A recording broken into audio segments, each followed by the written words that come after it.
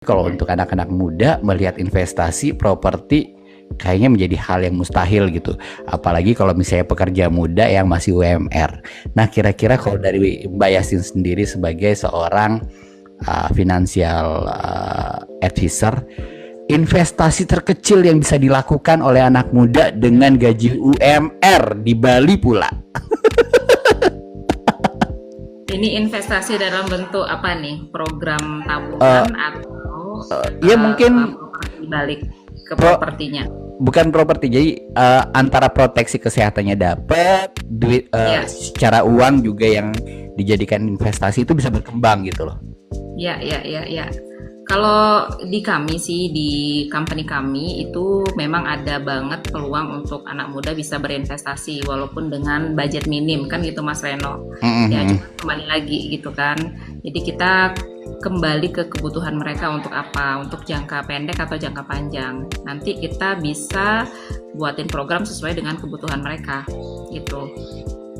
Itu nilai terkecil yang bisa menjadi nilai investasi untuk anak muda tuh sampai seberapa sih? Kalau yang terkecil 500.000 ada. Itu untuk 1 bulan. Iya, 1 bulan. Wih, berarti kalau dibandingkan kan kalau UMK gaji di Bali ya, kalau Badung itu kan sudah 3.700.000 sekian ya. Ya, Kalau ya. Denpasar tuh 3.400.000 sekian. Artinya kan ya itu bisa menjadi nilai, bisa jadi tabungan juga kan akhirnya Mbak Yasin kan? Ya, betul-betul. Karena secara pengeluaran kan gitu Mas Reno. Jadi, let's say lah income UMR 3.500.000. Biasanya kan ada pos-posnya kan. Berapa persen untuk biaya hidup, berapa persen untuk ya yang namanya pengeluaran kan mungkin ada utang atau bayar kos kan gitu. Biasanya kalau untuk kita arahkan ke program itu 10% dari income. Gitu. 10% dari income yang bisa dijadikan investasi, nilai investasi ya? Betul, betul. Supaya mereka tidak mengganggu pengeluaran yang lain kan. Nah, kalau dari Mbak Yasin sendiri ada nggak suggest program apa gitu yang bisa diikutin?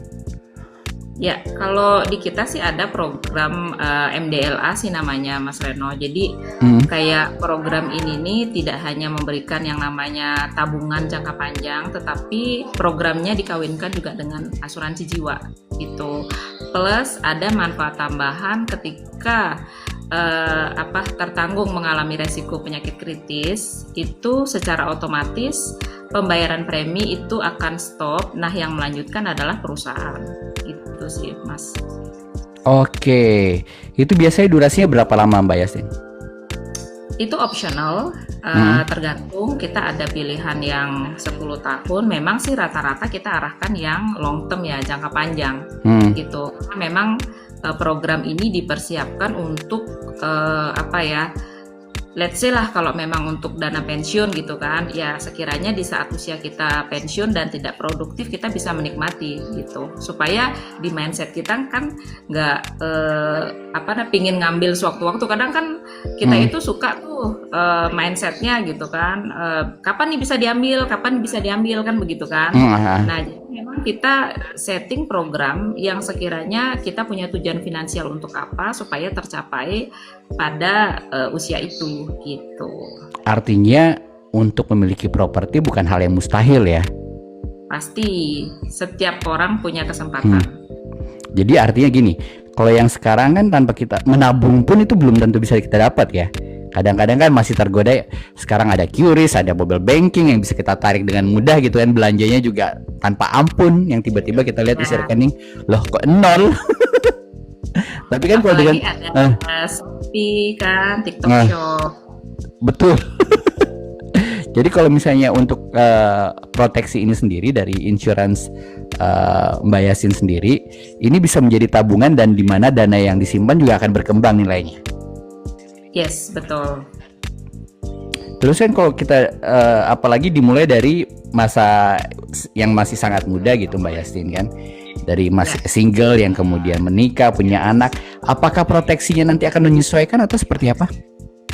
Ya, nanti tergantung kebutuhan Mas Reno. Kalau sekiranya memang kebutuhannya untuk investasi only atau dana pendidikan, dan dia tidak butuh yang namanya embel-embel asuransi jiwa atau manfaat proteksi yang lainnya, itu sebenarnya usia tidak berpengaruh.